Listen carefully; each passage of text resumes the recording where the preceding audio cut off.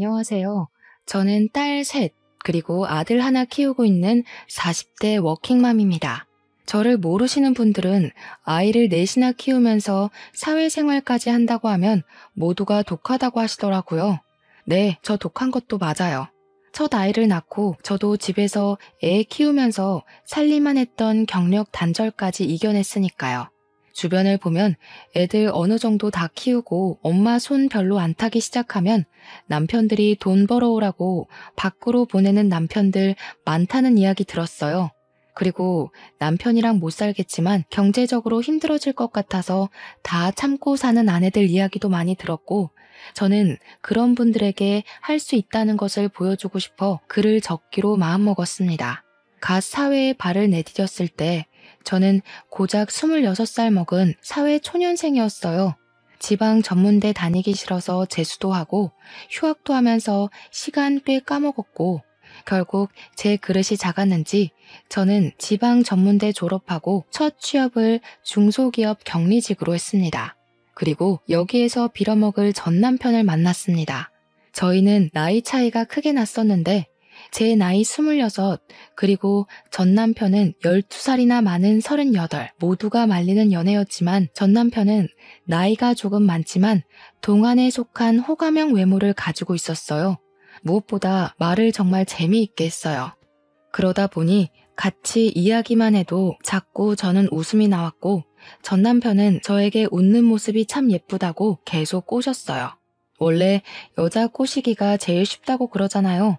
어린 나이에 나와 다른 씀씀이를 가진 어른이 제가 좋다며 선물 공세를 펼치는데 어떤 여자가 안 좋아하겠어요? 금전적으로 여유가 넘치는 모습이 어쩌면 제가 속물로 보일 수 있겠지만 정말 마음에 들었습니다. 친정이 넉넉하지 못한 형편이라 항상 아끼고 사는 것이 몸에 박혀 있었는데, 이 남자와 함께 있으면 좀 욕심내도 괜찮을 것 같다고 생각했었거든요. 무엇보다 저한테 계속 예쁘다고 하는 사람한테 결국 눈길이 갔고 그렇게 연애를 시작했습니다. 전 남편은 홀어머니와 저보다 10살이나 많은 여동생이 한 명 있었고, 아무래도 노총각 아들이 마음에 걸렸던 시어머니는 결혼을 서둘렀으면 좋겠다고 했어요.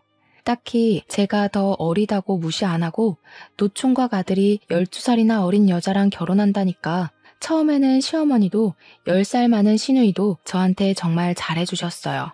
어른들이 그러죠. 어려서 아무것도 모를 때 시집가야 한다고. 제가 그 말에 속았습니다. 결국 결혼하기로 했고 연애와 결혼 준비 기간 포함해서 1년 만에 저희는 결혼식까지 속전속결로 끝났어요. 큰 트러블도 없이 앞으로 행복하게 살 수 있을 것 같았어요. 물론 처음에는 그랬습니다. 이래서 사람들이 결혼을 하는구나. 안정감 있는 느낌이 너무 좋았어요. 연애랑 결혼이랑 별로 다를 것 없더라고요. 평소와 다 똑같은데 출퇴근을 같이 한다는 것 말고는 전혀 달라진 것도 없었고 오히려 더 좋은 것들이 많았어요. 그냥 퇴근길에 맛집에서 맛있는 음식을 먹고 새로 개봉한 영화도 보고 주말이면 근교로 나들이도 가는데 어른들의 간섭과 통금만 없어진 느낌이라서 너무 좋았습니다. 하지만 달콤함은 너무 짧았고 우리 사이에 아기가 생기면서 많은 변화가 찾아왔어요. 시댁과 친정에서는 남들처럼 굳이 맞벌이 안 해도 남편이 돈 잘 번다는 이유로 아기는 엄마가 키워야 한다고 직접 키우기를 권했고, 남편 역시 제가 회사를 그만두고 집에서 살림하기를 원했어요. 어쩔 수 없이 경력 단절하고 남편에게 생활비 받았으면서 집에서 애 키우고 살림만 하기로 했어요. 처음에는 막막하고 답답하지만 나쁘지는 않았어요. 아침에 일찍 일어나지 않아도 괜찮고 매일매일 주말처럼 느껴지는 여유로운 일상이라서 나름 좋았어요. 하지만 집에서 전업주부로 지내면서 시어머니와 사소한 문제로 트러블이 생겼습니다. 천사처럼 좋던 시어머니는 제가 전업주부로 지내는 모습이 마음에 안 드셨는지 아니면 원래 본 모습이 이런 사람인 건지 모르겠지만 태도가 변하기 시작했습니다. 얘, 너는 친정에도 전화 그렇게 안 하니? 시어머니가 죽었는지 살았는지 궁금하지도 않아? 네가 그렇게 뜨신 밥 먹고 등 따뜻하게 지낼 수 있는 게 누구 덕분인데 이러니? 이런 사소한 부분에서 어린 게 티가 난다니까. 앞으로 일주일에 서너 번은 꼭 전화해라.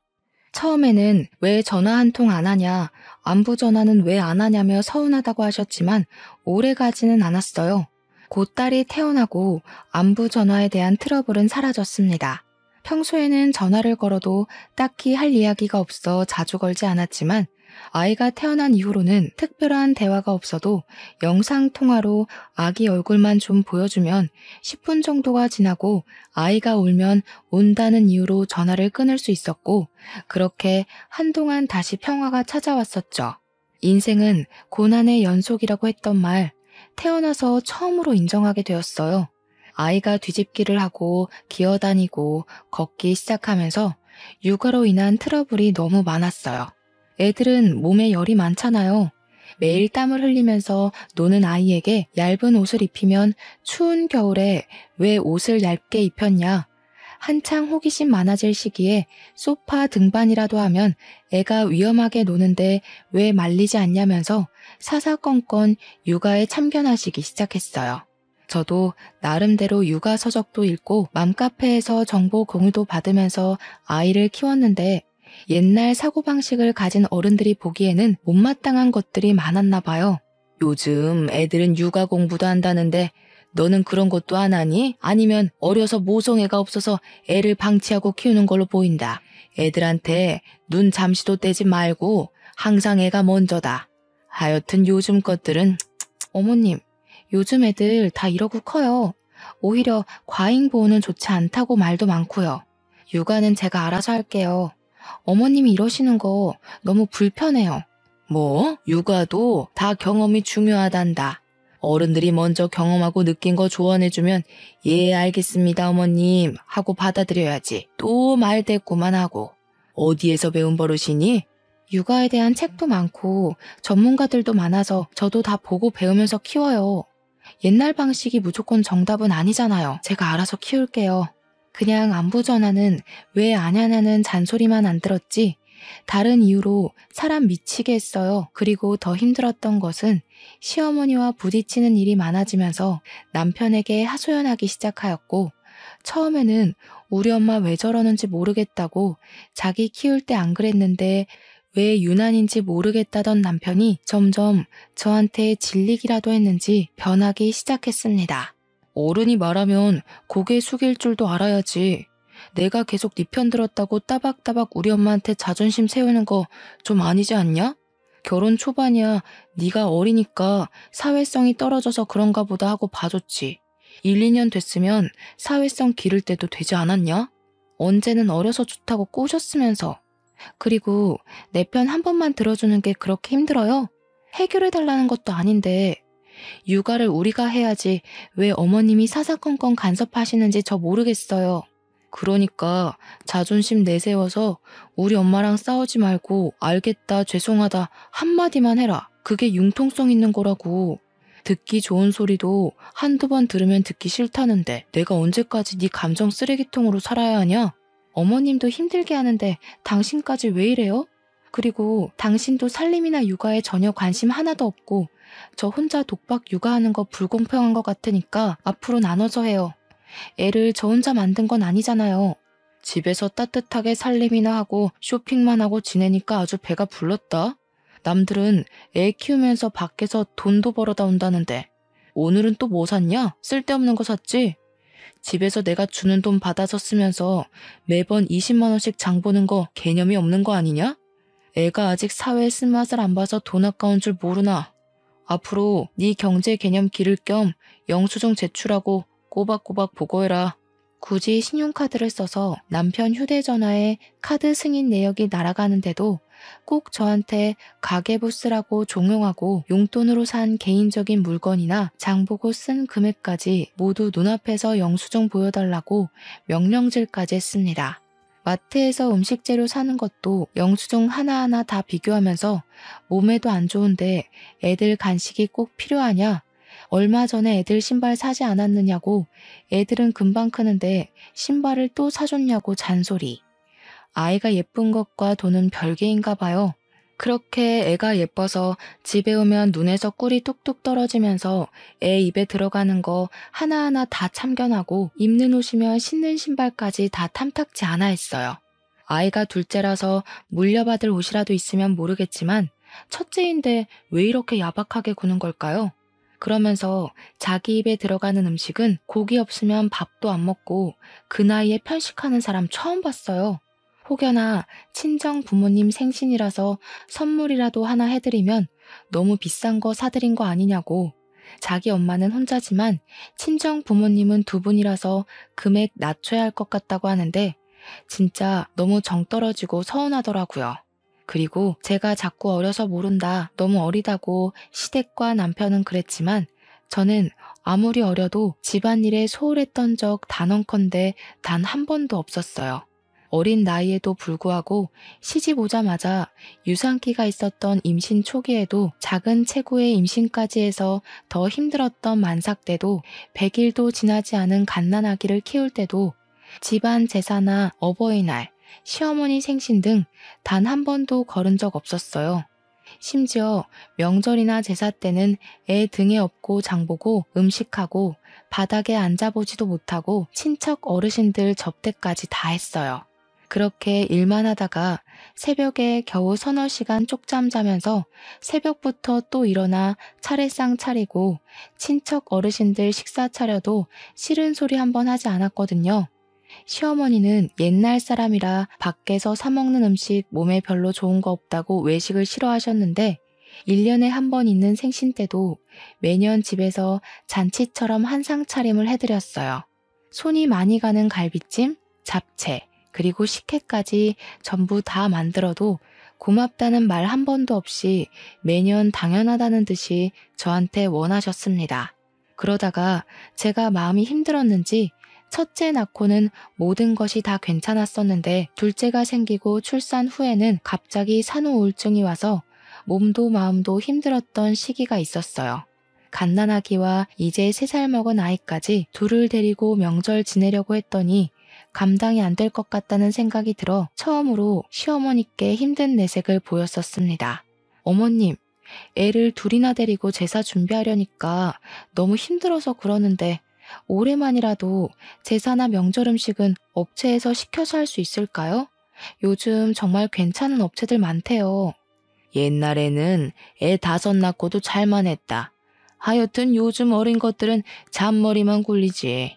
제사나 명절 음식은 정성이 중요한데 그저 돈 벌려고 하는 사람들이 음식에 정성을 쏟겠니? 매일 집에서 뒹굴뒹굴. 우리 아들이 뼈 빠지게 벌어온 돈 쓰기만 하면서 뭐가 힘들다고. 그러면 올해만 음식 준비에 빠져도 괜찮을까요? 둘째 낳은 이후에 너무 몸이 안 좋아서 예전처럼 애까지 돌보면서 음식 준비, 친척 어르신들 대접까지는 조금 힘들 것 같아서요. 죄송해요. 이제 애 둘 낳으니까 세상이 다 네 것 같니? 태훈이가 너 싸고 도니까 네 마음대로 다 될 것 같아? 여우 같은 년, 남자를 어떻게 구워 삶았길래 태훈이가 꼼짝을 못해?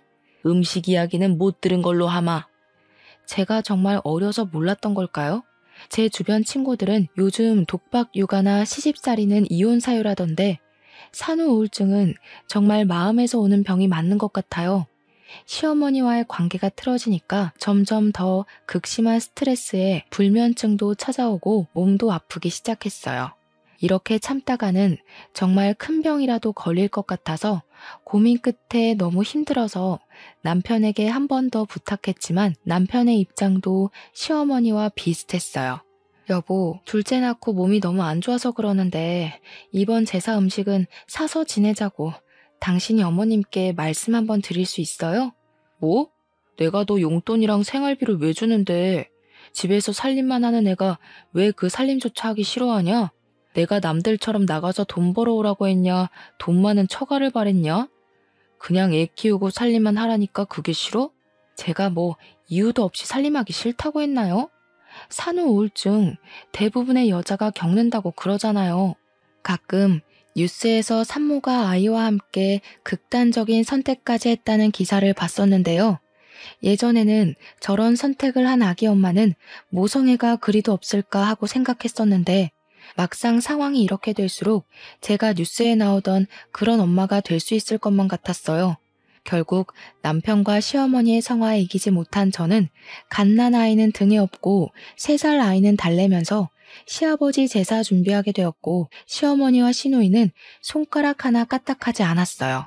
애 우는데 보고만 있으면 애가 울음 그치겠어? 좀 달래. 하나밖에 없는 시아버지 제사상 차리기도 싫다고 시위하는 거야 뭐야? 똑바로 좀 하자. 아가씨한테도 하나밖에 없는 아버지 아니에요? 아니면 애들이라도 좀 봐주세요. 애들 보기 싫으시면 음식이라도 도와주시던가요. 저도 몸이 여러 개가 아니잖아요. 혼자서 애도 보랴 음식도 하려고 하니까 진짜 너무 힘들어요. 얘 좀 봐라. 저기요. 눈 똑바로 뜨고 말대꾸하네?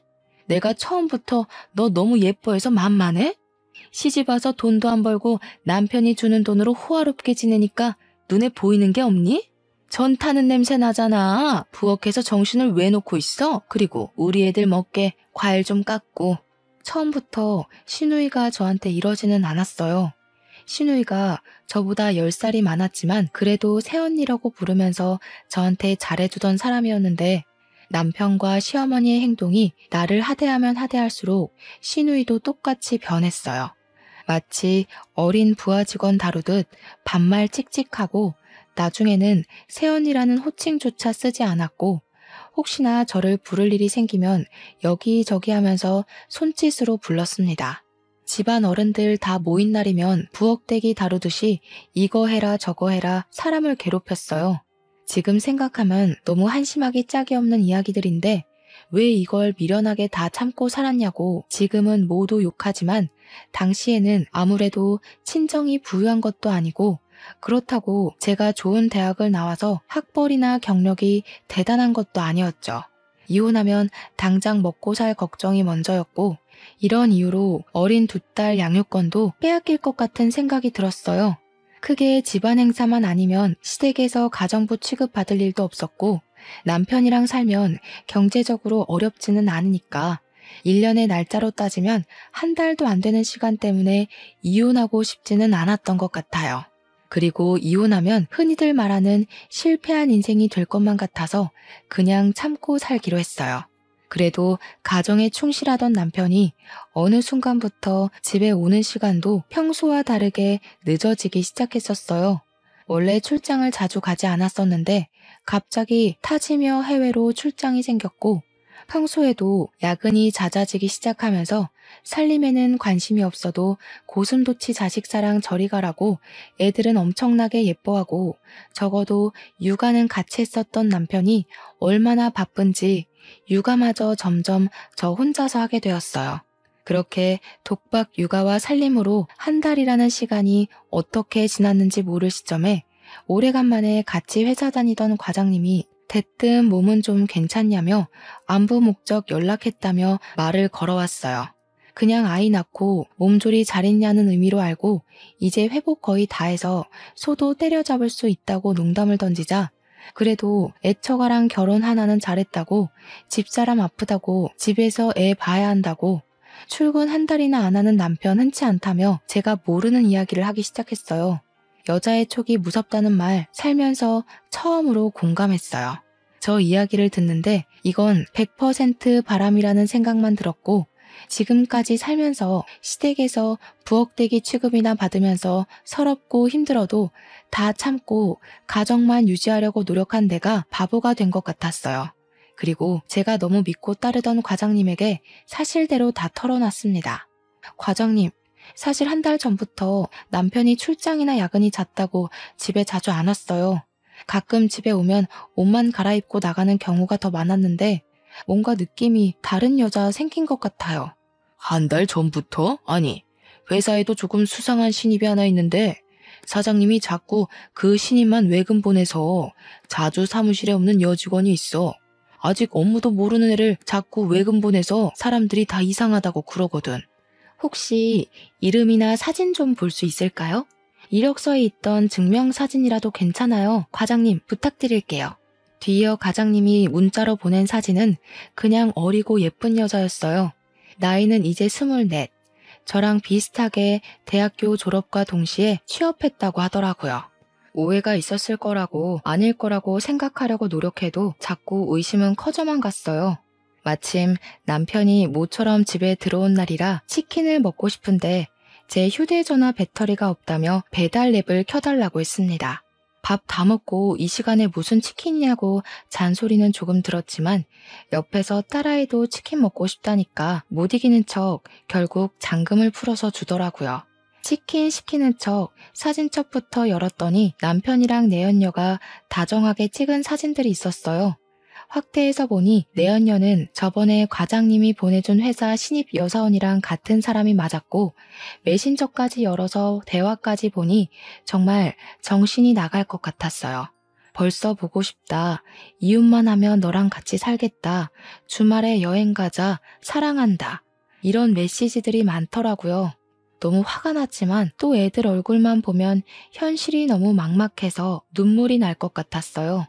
무턱대고 이혼부터 하면 앞으로 애들 얼굴도 못 보고 경력 단절로 먹고 살기도 힘들 것 같아서 당분간 참고 지내면서 적어도 두 딸은 내가 키울 수 있는 능력을 키우겠다고 다짐했습니다.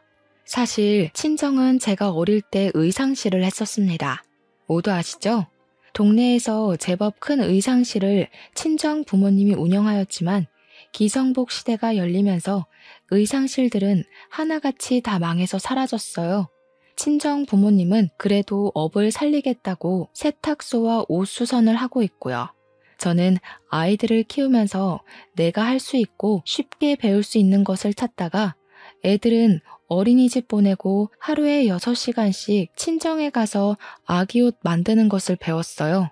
당장 수익을 내고 싶은 욕심도 없었고 그냥 내 딸이 입으면 좋을 것 같은 옷들을 진짜 정성스럽게 만들어서 애들한테 입히고 예쁘게 사진도 찍어서 인터넷에 올렸습니다. 그러자 딸 가진 아기 엄마들한테 연락이 많이 왔고 구매를 희망하는 엄마들도 간혹 있어서 그렇게 조금씩 팔기 시작했습니다. 쇼를 한다 쇼를 해. 그냥 집에서 애나 키울 것이지 쇼를 해라. 그렇게 팔아봤자 푼돈 아니냐? 하여튼 먹고 살만하니까 한가해서 이딴 거나 하지. 애들한테 소홀하기만 해라. 나 이번 주 출장이다. 저는 남편의 외도를 알면서도 1년이라는 시간 꾹 참고 버티면서 돈을 모으기 시작했어요. 노력은 배신 안 한다고 했었나요?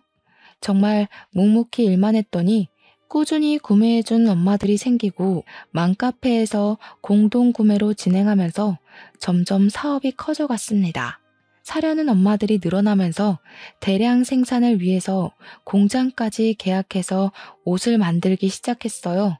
정말 눈코 뜰 새 없이 너무 바쁜 시간을 보냈고 시어머니에게 안부 전화도 일주일 넘게 하지 못했어요. 시어머니 성격에 그냥 넘어가실 분이 아니었고 우리 집으로 찾아오셨어요. 너 요즘 친정에 갔다가 매일 이렇게 늦은 시간에 집에 오니? 우리 아들 돈 받아 처먹으면서 가정은 나 몰라라. 결혼하면 출가 외인인데 친정에 가 있는 시간이 너무 길다. 이럴 거면 나 너랑 우리 아들 결혼 안 시켰다. 네가 이따위로 행동하는 거 보면 내 속이 다 터지니까 그냥 이혼해라. 우리 아들 능력 좋아서 괜찮은 며느리 줄을 섰다. 그냥 잠깐 애들 어린이집에 간 시간에만 하는 거라서 가정에 소홀하지 않았어요. 그리고 잘 지내고 있는데 갑자기 이혼하라는 거 좀 듣기 거북하네요, 어머님. 저 되바라진 년이 입만 살아서 가정에 소홀하지 않다는 애가 시애미가 죽었는지 궁금하지도 않아? 꼭 이렇게 찾아오게 만들고 사업은 아무나 하는 줄 아는 게냐? 그냥 집에서 밥이나 하고 애나 키워라. 웃기지만 제 사업이 입소문을 타면서 점점 더 커질수록 남편 회사는 더 힘들어지고 있었습니다. 하지만 남편은 내연녀에게 푹 빠져서 제 사업에는 관심도 없었고 그저 푼돈이라고 확신하고 무시했어요. 그러다가 남편 회사가 어느 순간부터 일이 꼬이기 시작했고 주변 지인들에게 돈을 빌리기 시작했어요.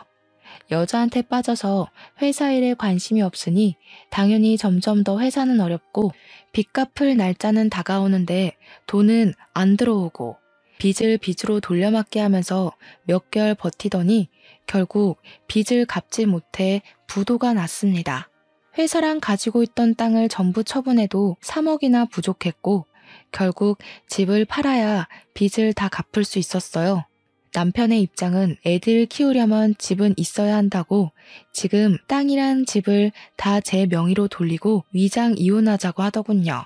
당장이라도 가압류, 압류, 민사소송과 형사소송이 걸릴 수도 있다고 남은 재산을 다 제 명의로 돌리고 이혼했어요. 빚은 갚지도 않고 현금으로 2억 챙겨서 베트남으로 도망까지 갔습니다.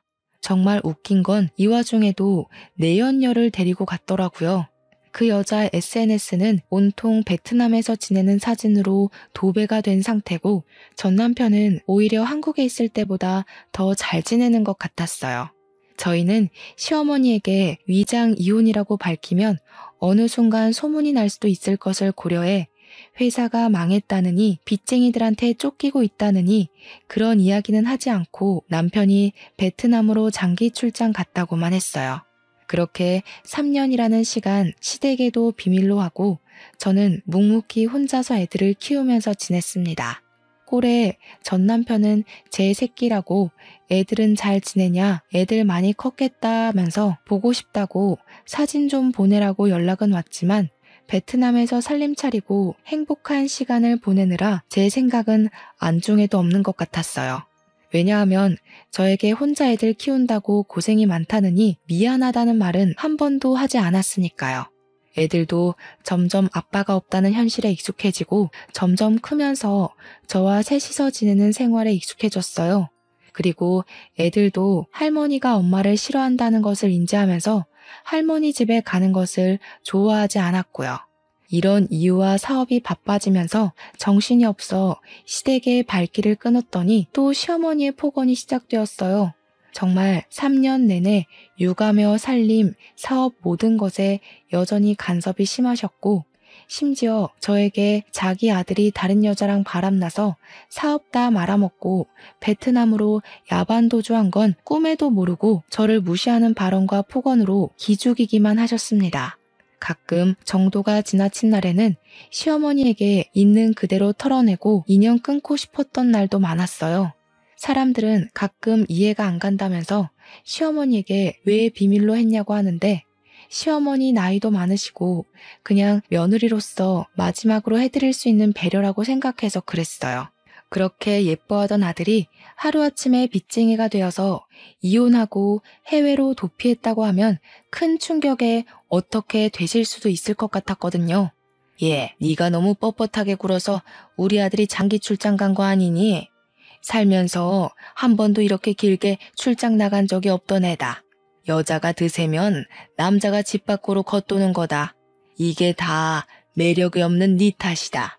어머님, 요즘 그런 마인드로 사람들이랑 이야기 나누시면 욕 드세요. 그리고 태훈 씨는 사업자 출장 나갔는데 이게 왜 저랑 상관이 있는 걸까요? 좀 기분 나쁘네요. 이게 두고 보자 하니까 이제 잘 보일 남편이 옆에 없다고 말 대꾸 하는 게냐? 너 그러다가 태훈이가 베트남에서 베트남 여자라도 만나서 돌아오면 그때도 이렇게 큰 소리 칠 수 있겠니? 나는 정이고 애들이고 뭐 없다. 그냥 내 아들이 선택한 여자 고를 거니까. 네, 나중에 꼭 그 말 지키셨으면 좋겠어요. 저도 차라리 태훈 씨가 베트남 여자 만났으면 좋겠네요. 그리고 3년 동안 코빼기도 안 보이는 남편이면 사실상 이혼한 거랑 다를 거 없다고 생각해요. 그러니까 어머님도 저한테 이러실 권리 없으세요. 저 아범한테 생활비도 안 받고 제 돈으로 애들 키우고 있으니까. 너 그 사업 누구 덕에 잘 된 것 같냐? 다 태훈이가 벌이가 좋아서 네가 조급함 없게 한 거 아니냐? 그리고 돈 좀 본다고 유세 떠는 거 아니다. 우리 아들은 더 잘 벌어도 너한테 돈으로 유세 안 떨었잖냐. 사람이 가진 것 좀 더 있다고 유세 떨면 복 나간다. 참 뻔뻔하고 제 상식선에서는 대화가 통하지 않아서 저는 한 귀로 듣고 한 귀로 흘리면서 지냈습니다. 그러다가 주말이고 사업이 바빠서 애들이랑 시간을 많이 보내지 못한 것 같아 키즈 카페에 갔어요. 애들끼리 놀고 저는 무료하게 앉아서 멍 때리는데 제가 사업차 계약한 공장 사장님이 혼자 계시길래 가서 간단하게 인사라도 하고 가려고 다가갔습니다. 어머, 안녕하세요. 주말이라고 애들이랑 나오셨나 보다. 되게 다정한 아빠네요. 그런데 혼자 오셨어요? 보통 이런 키즈 카페는 아빠랑 애들끼리는 잘 안 오는데 주변 테이블만 봐도 다 엄마들만 있잖아요. 정말 대단하세요. 아, 안녕하세요. 애 엄마가 없어서 제가 같이 왔네요. 뭐 요즘 이혼이 흠은 아니니까. 거래처 사장님들은 대부분 다 제가 이혼한 이유 아시던데 남한테 별로 관심이 없으시죠? 와이프는 애 태어나고 얼마 안 지나서 저랑 동업하던 친구랑 바람나서 어린 딸도 버리고 도망갔어요. 제가 실수했네요. 남자 혼자서 딸 키우려면 진짜 힘드시겠어요. 한창 엄마 손이 많이 필요한데. 제가 실수로 비밀 하나 들었으니까, 저도 제 비밀 하나 말씀드릴게요. 저도 이혼했어요. 3년 지났나? 남편이 하던 사업 다 말아먹고 위장 이혼하자고 해서 했더니 베트남으로 내연녀랑 도망가더라고요. 그래서 저도 애들 혼자서 키워요. 딸만 둘이거든요. 그렇게 힘든 시간 보내면서 사업까지 하시고 정말 대단하신데요? 저는 애가 하나라서 둘이 여행을 가도 항상 서먹하더라고요. 혹시 다음에 시간 맞으면 애들 데리고 근교라도 좋으니까 주말에 나들이도 다니고 봄에는 소풍이라도 같이 다니실래요? 어휴, 저는 좋죠. 원래 애들은 애들끼리 있으면 자기들끼리 논다고 정신 하나도 없잖아요. 당장 다음 주말에 식물원 같이 가실래요? 저희 애들이 거기 세목해주는 이벤트가 있다고 가고 싶대서 가기로 했거든요. 그렇게 주말마다 애들 데리고 만나서 좋은 곳도 가고 캠핑도 다니고 바빠서 여행이나 나들이를 갈 수 없으면 저녁이나 점심에 꼭 같이 만나서 외식이라도 했습니다. 공장 사장님은 만나면 만날수록 정말 괜찮은 사람이었고 제 딸들에게도 아빠의 빈자리가 느껴지지 않을 정도로 잘해줬어요. 전 남편이 베트남으로 떠나고 아빠를 엄청나게 찾던 아이들이 점점 아빠를 찾지 않았고 심지어 나중에는 애들도 아저씨가 아빠면 좋겠다고 하는데 마음이 참 좋지는 않았어요. 애들이 지난 3년간 저한테 티는 내지 않았지만 아빠가 아주 필요했던 것 같아서요. 그리고 저는 애초에 처음부터 전 남편을 기다릴 생각도 없었습니다. 저 혼자 애들 키우면서 경제적으로 힘들지 않게 살기 위해서 옷 사업을 시작한 거라 말이 위장 이혼이지만 그저 저에게는 이혼이었어요. 명의 이전한 땅과 집은 위자료 그 이상도 그 이하도 아니라고 생각하고요. 제가 이기적인 거 아니잖아요. 집이랑 땅이라니까 되게 거액을 챙긴 것 같지만 돈으로 따지면 고작 3억입니다. 두 아이를 아빠도 없이 혼자 키우기 위해서 3억도 받으면 안 되나요? 공장 사장님과 비록 애들 때문에 만났었지만 많은 이야기를 하면서 많이 가까워졌고 다정한 모습과 아이들에게 해주는 모습에 반해 좋은 감정으로 만나는 사이로 발전까지 했습니다.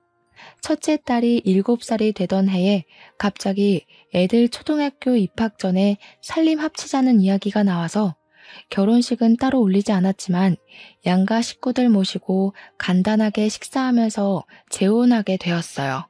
재혼한 이후로 애들은 친아빠를 찾지 않았고 저도 딱히 애들이랑 전 남편이랑 통화를 시켜주지 않았습니다.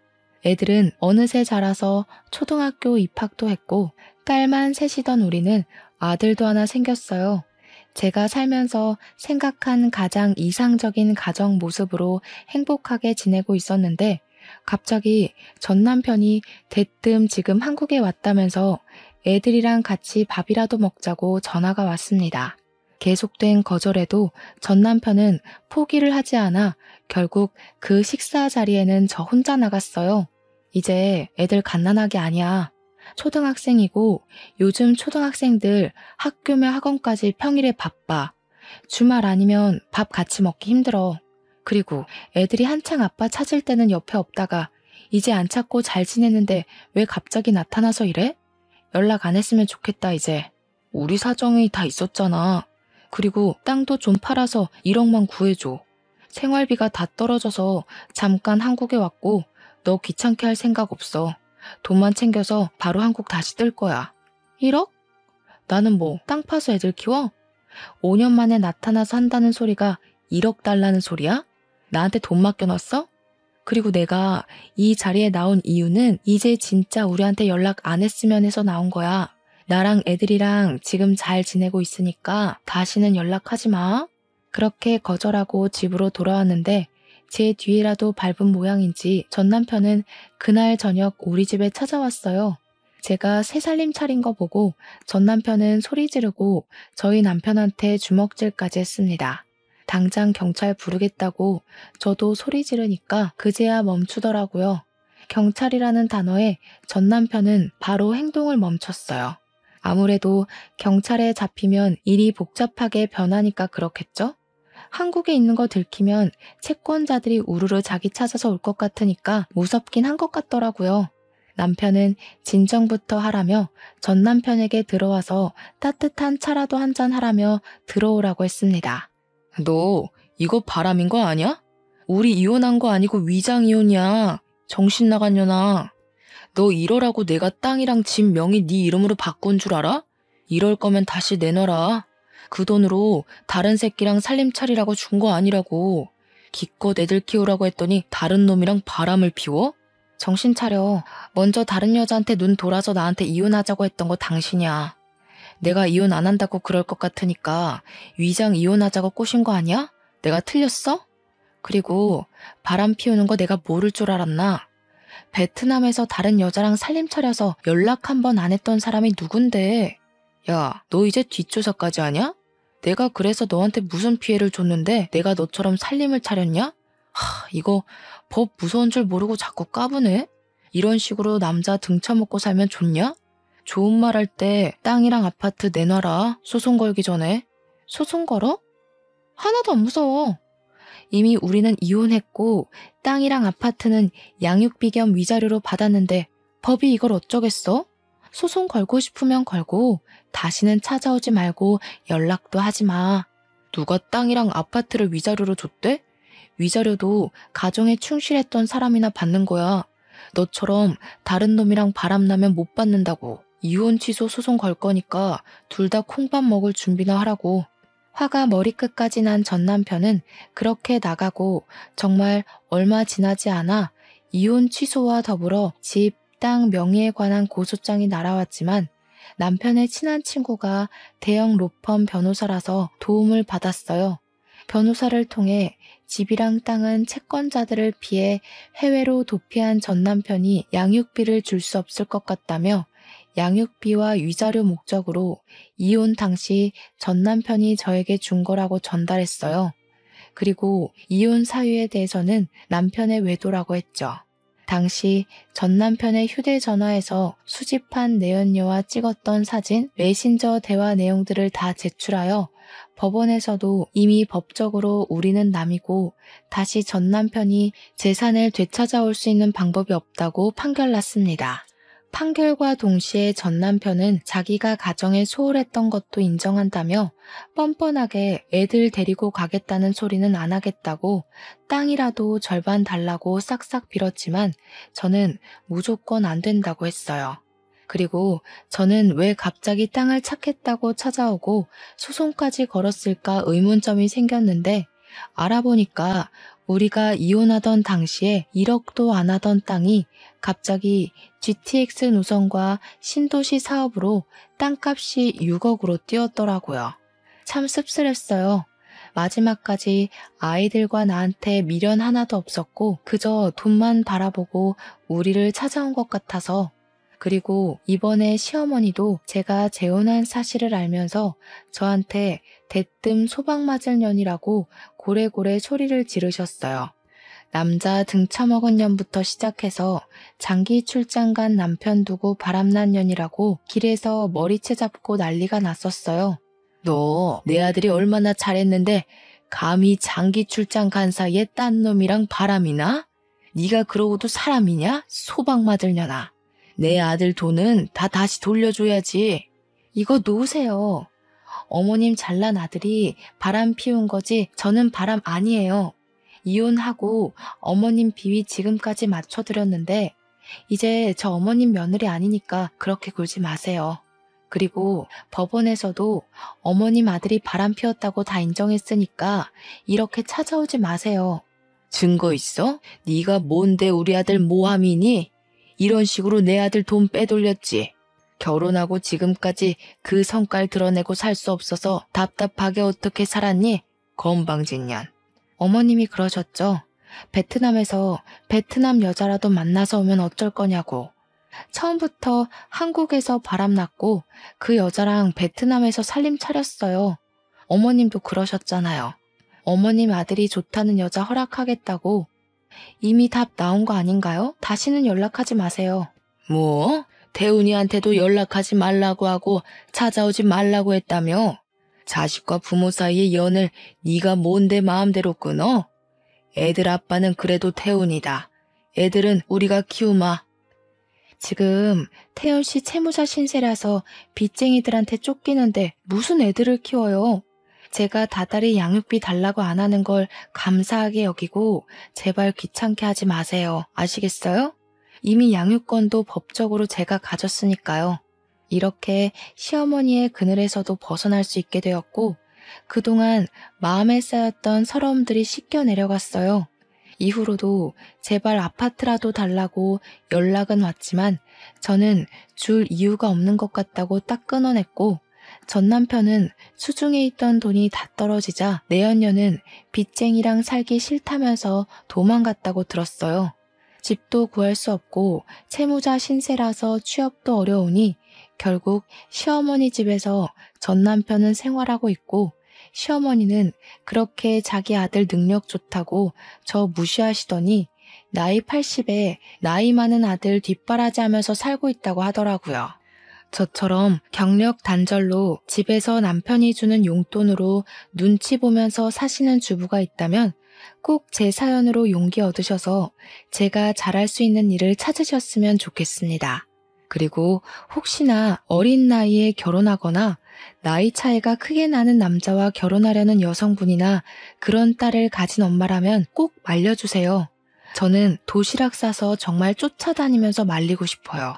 마지막으로 저는 살면서 정말 많은 사람을 만나야 사람 보는 눈이 길러진다는 거 믿게 되었어요. 비록 한 번의 실패는 있었지만 덕분에 지금은 정말 좋은 사람과 제가 생각하던 이상적인 가정을 이루고 행복하게 지내고 있습니다. 여러분들도 늘 행복하시고 길었던 제 사연 들어주셔서 정말로 감사합니다.